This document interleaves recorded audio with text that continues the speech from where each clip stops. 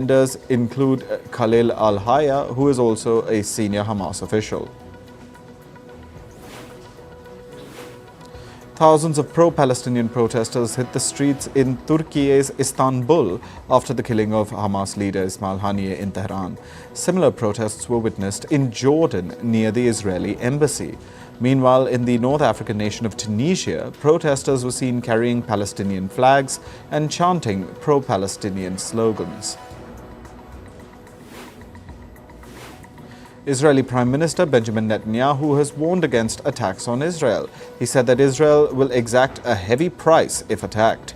He added that Israel has delivered crushing blows to Iran's proxies over the past few days, which includes Hamas, Hezbollah and the Houthis.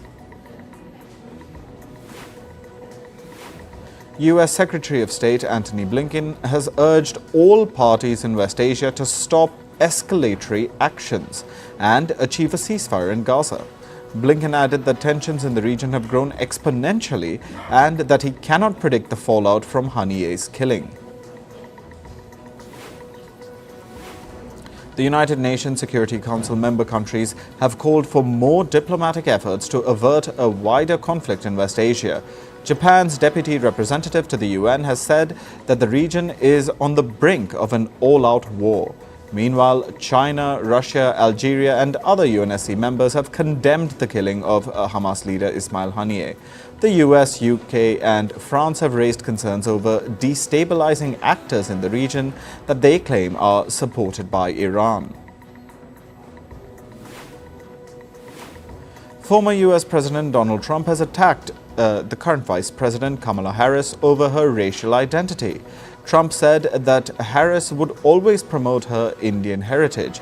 He suggested that the US Vice President has decided to, quote-unquote, turn black for political gain. US Vice President Kamala Harris has slammed Trump for his remarks. Harris said that Trump's comments were the same old show of divisiveness and disrespect. She responded to Trump's comments by saying that the American people deserve better. Harris also said that the US deserves a president who understands that our differences do not divide us. The White House has also reacted to Trump's remarks on Kamala Harris. White House Press Secretary Karine Jean-Pierre has said that Trump's comments were insulting. She said that what Trump said is repulsive. Meanwhile, Trump's running mate, J.D. Vance, has also attacked Kamala Harris. During a rally in Glendale, California, Vance called the U.S. Vice President a quote-unquote phony and a San Francisco liberal. Vance said, and I quote, "It's time to tell Kamala Harris, you're fired." Meanwhile, Kamala Harris is being trolled for faking a Southern accent during a campaign rally in Georgia.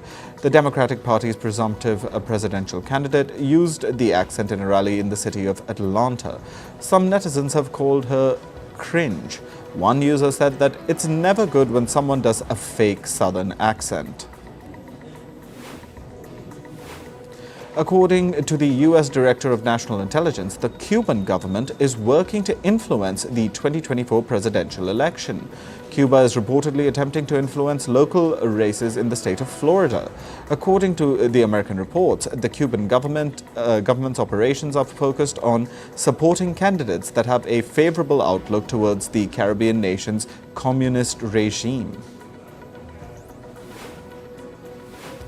In India's capital, New Delhi, incessant rainfall brought life to a standstill.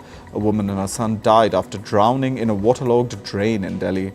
Meanwhile, heavy rainfall also impacted the National Capital Region of India, or NCR. 3 people in the city of Gurugram died of electrocution. At least 2 were reported dead in the Greater Noida area after a wall collapsed. The Indian Meteorological Department has issued a red alert for heavy rainfall in Delhi and nearby regions. This comes after some areas recorded over 100 millimeters of rain in a span of a few hours. Officials predict rainfall to continue till the 5th of August. As a result of the heavy downpour, several areas in Delhi and nearby cities witnessed waterlogging. Key roads and underpasses were filled with water. Commuters crawled in hours-long traffic jams. At least 10 flights were diverted from Delhi to Jaipur, Amritsar and Lucknow due to the severe weather. Due to the continuous rainfall that has battered Delhi and its adjoining areas, the Indian government has announced that all schools will remain closed till this weekend. Officials also advised people to stay indoors for their own safety.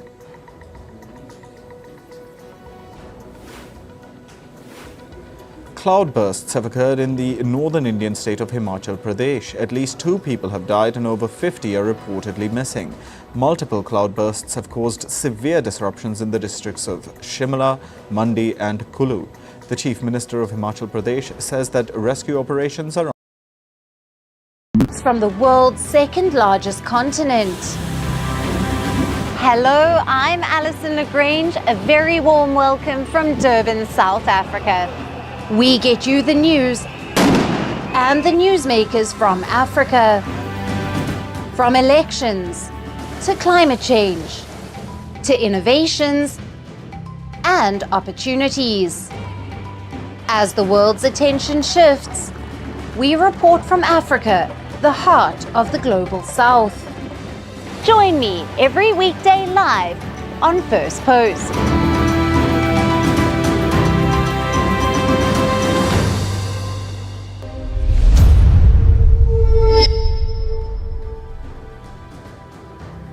Hello and welcome to Firstpost Africa, where we get you the top stories from the continent and from across the world. I'm Alyson Le Grange, coming to you live from Durban, South Africa. First, let's take a look at the headlines. Israel's military confirms the death of Hamas military chief and October 7 attack mastermind Mohammed Deif in an airstrike in Gaza's Khan Yunis on the 13th of July. Russia says F-16s delivered to Ukraine will be shot down as Kiev receives the first batch of US-built fighter jets to help it fight Moscow's forces. China accuses Canada of undermining peace after Ottawa's warship passes through the Taiwan Strait, calling it a commitment to an open Indo-Pacific. Cloudbursts and heavy rains in India's Himalayan foothills trigger flash floods. Highways underwater, buildings collapse as rescue operations continue in the state of Himachal Pradesh.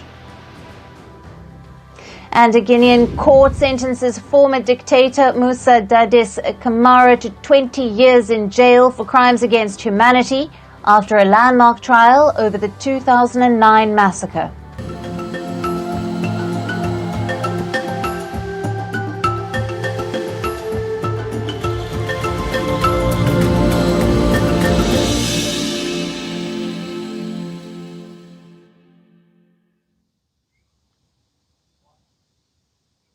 Hello and welcome. Our top focus today is Nigeria.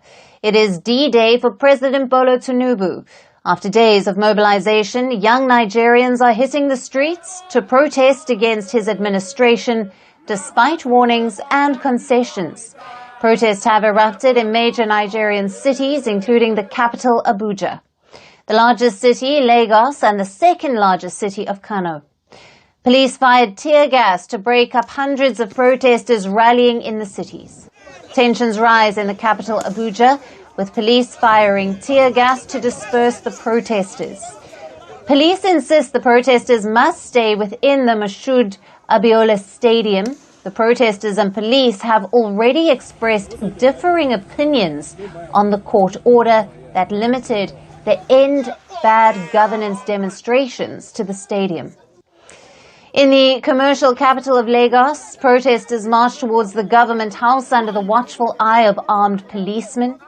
Security was tight in all major cities ahead of the protests, with the deployment of armed security personnel. In Kano, reports say police fired live bullets to break up several hundred protesters.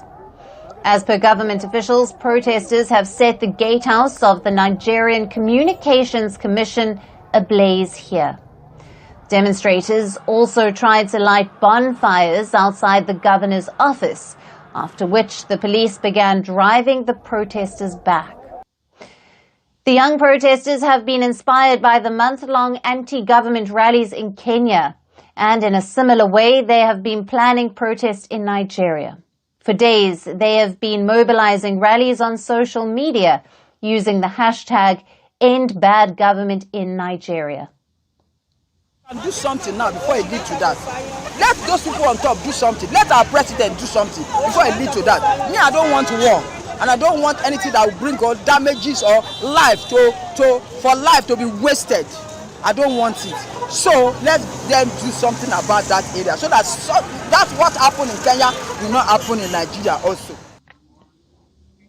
Protesters are demanding an end to the cost of living crisis, as food inflation has climbed over 40% in Nigeria, while the fuel prices have tripled since Tinubu took charge in May of last year. This after a very controversial move where he scrapped the fuel subsidies, while demands also include full transparency and accountability in governance. It's been expensive in the market. Nigerians are suffering, Nigerians are hungry, Nigerians are angry. As you know, in Nigeria today, a lot of people are unemployed. The issue of insecurity in the north and the southeast continues to increase every day. So we are here to just make our grievances known to the federal government. On the eve of the protests, government officials urged people to reject the rallies as they listed new aid offered to reduce economic pain, including raising the minimum salary levels, delivering grains to states across the country, and aid to the most needy. Tinubu government has scrambled to avert the unrest in the days leading up to the protests. The government also announced new jobs in the state-run oil firm for the first time in nearly a decade, while it has sought more time to end the economic hardships.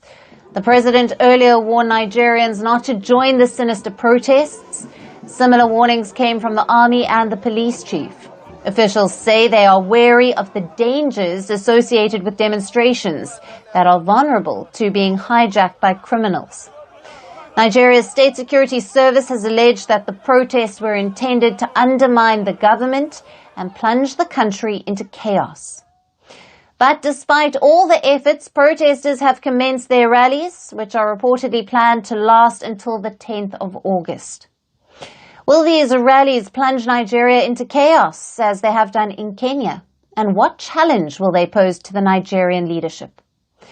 To discuss this further, we have with us Chris Kwaja, who is a political analyst, joining us live from Abuja. Thank you for being with us. Thank you very much. Could you explain in detail the reasons behind this anger against the Tinubu government, and why exactly are people out on the streets? Thank you. What you see today happening in Nigeria is not new in terms of civic action, in terms of citizens demonstrating their own freedom of assembly to demand accountability from the same government that they elected. In 2012, we had the Occupy Nigeria protest. In 2021, we had the NSAS protest. All these protests were citizens' constitutional right in demanding accountability from government.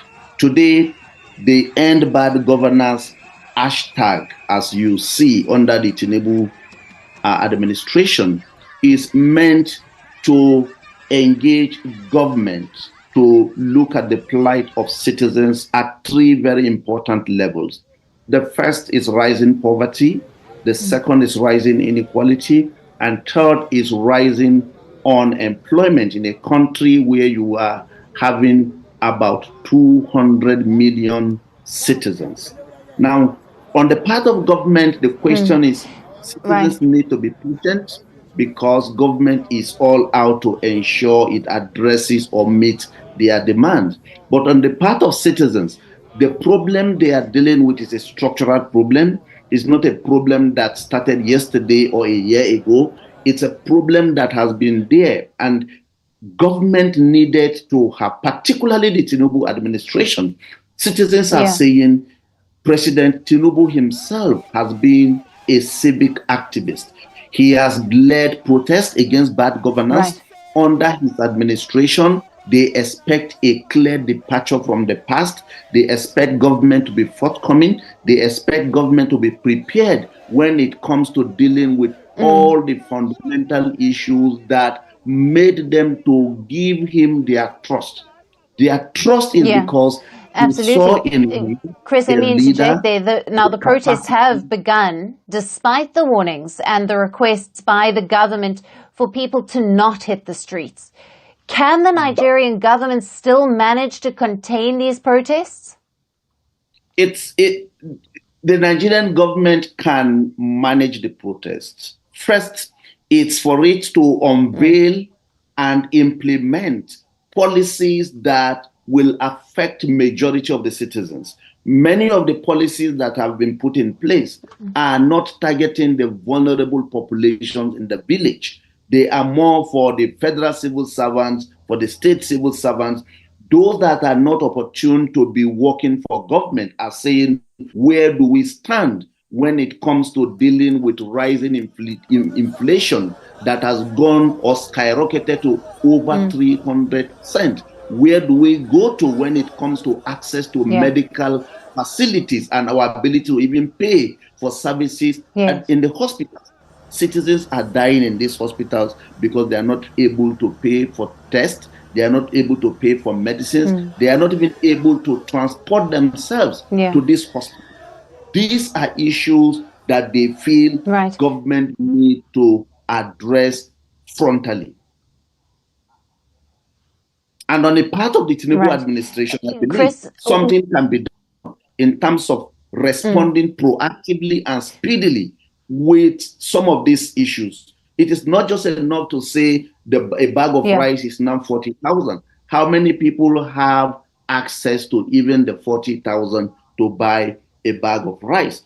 Unfortunately, statements coming from some of the leaders is also not helping matters. When you listen to, let's say, the Minister of the FCT, the Senate President telling Nigerians that when you protest, we'll be in our houses eating, such statements are responsible for the rising anger that we see. I believe the president himself can calm the nerves of citizens. You need to come out and speak to these citizens as the father of the nation, as someone that has passed through what they are passing through today. Right. And what role has the opposition parties and especially the youth played in organizing and supporting these protests? They have pushed forward, reiterating their right to peaceful protest, as you've mentioned. Typical of every democracy across the world, citizens have the right to demonstrate. Opposition parties have the primary responsibility of critiquing government policies with a view to providing alternative pathways to dealing with the problems that they see. Now, in the context of Nigeria, we've seen the opposition parties speaking out.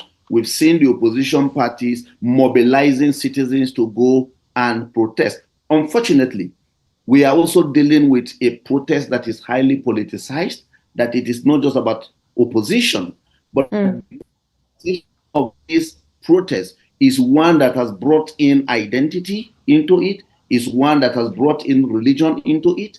Different groups are calling on their people to either support or not support the protest. But the point is that poverty, inequality, and unemployment don't recognize identity. They affect every Nigerian.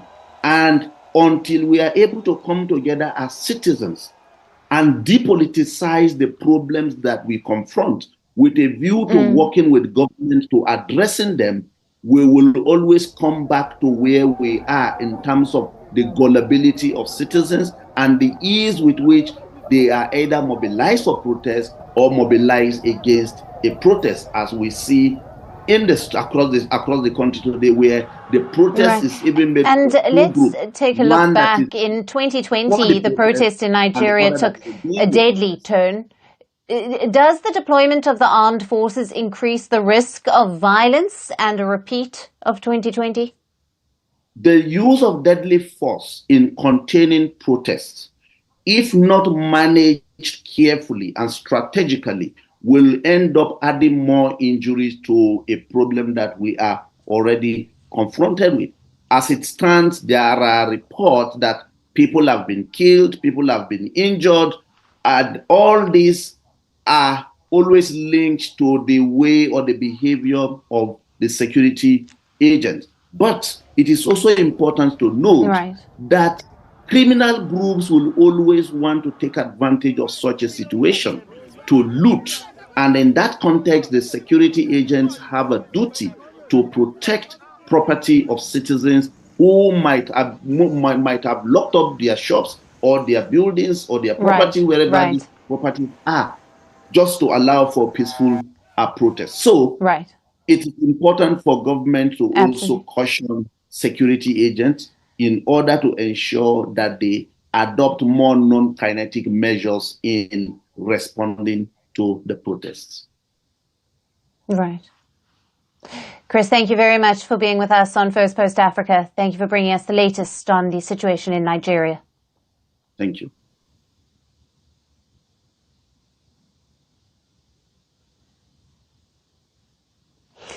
Shifting focus to East Africa, where it is double trouble for the Kenyan President William Ruto.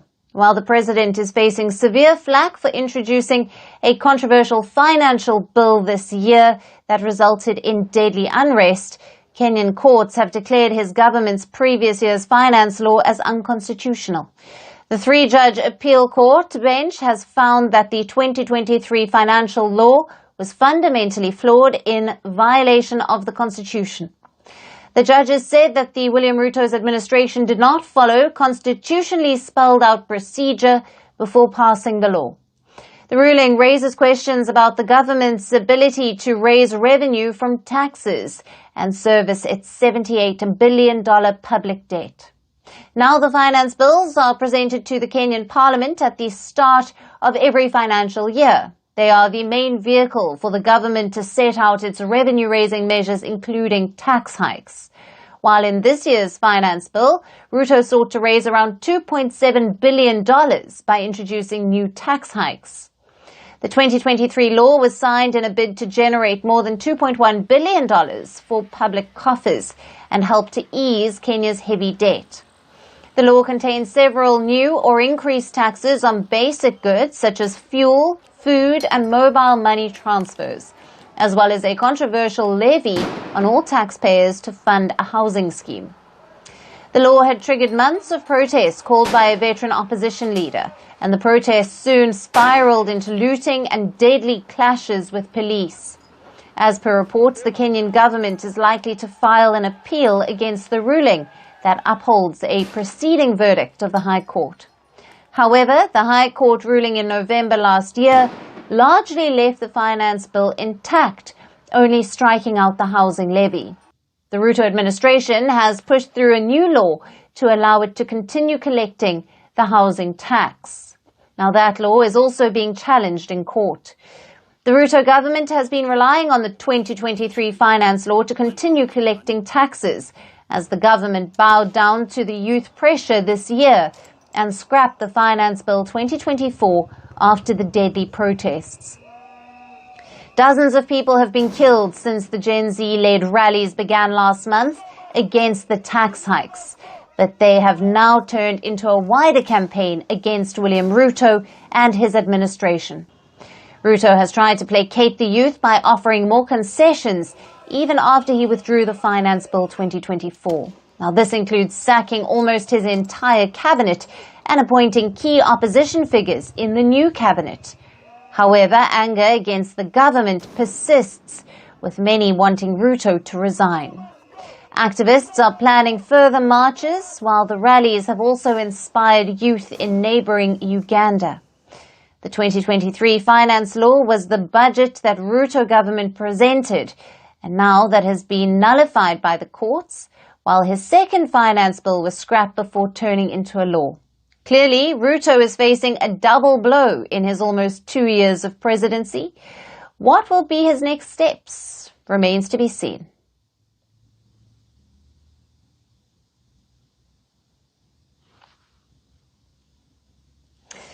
Shifting focus to Sudan now, where tensions are rising to a new high after an assassination attempt on the Sudanese army chief.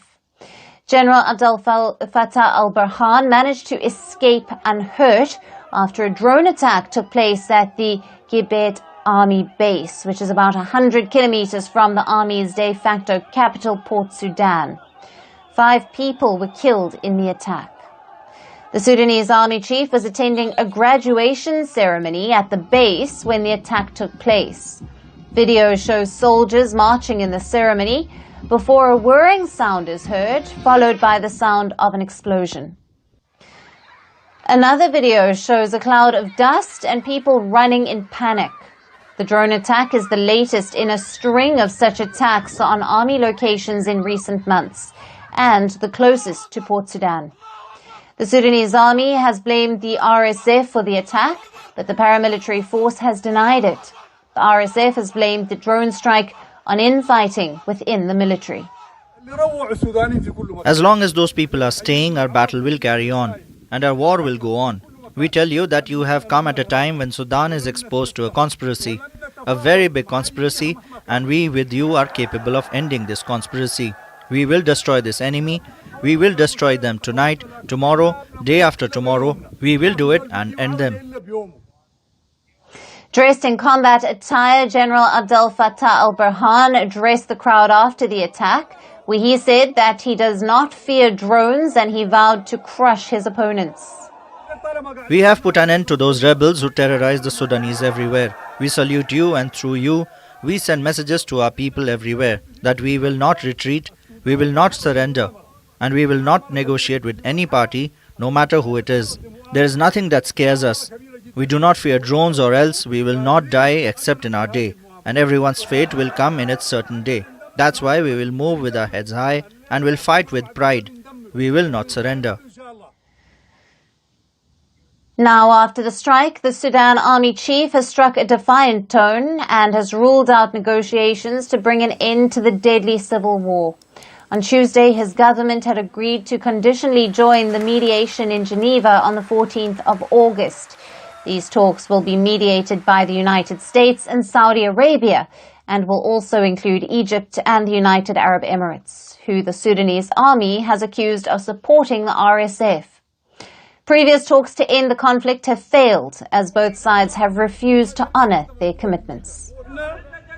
We all have heard that there are negotiations. We said that we welcome negotiations, but who calls for the negotiations? And they are calling whom? Not only is the army fighting, citizens are fighting. The peace movements are fighting. The entire Sudanese people are fighting. And that's why if there are negotiations, it must consider these people and their opinion. If there are negotiations, it is assumed that it recognizes the Sudanese state. This state must be recognized, and based on that we can negotiate. Even those like Saudi Arabia and United States, if they want to conduct negotiations, they should come and sit with us and let us give our opinion so that we can go to negotiate again. We have no escape from taking this battle. We do not have a solution, and we just saw it today. We will go through the battle till the end. In recent weeks, the RSF, led by Mohamed Dagalo, has renewed efforts to capture more territory. It has staged incursions into southeastern state of Sennar, displacing over 165,000 people. Last year, it swiftly took control of the capital Khartoum, followed by most of the Darfur region.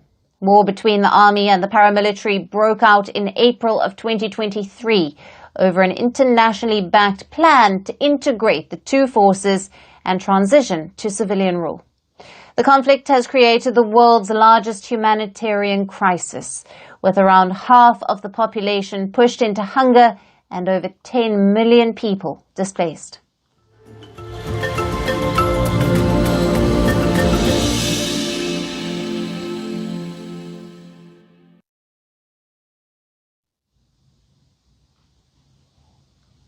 And finally, to our special segment, Resurgent Africa. Amid the coups and the crises, there are many positive stories from Africa that often get overlooked, but not on this show. Our story today is about South Sudanese athletes who are living their Olympic dream. The world's youngest nation's basketball team, called Bright Stars, has managed to wave its flag at the Olympic Arena in Paris.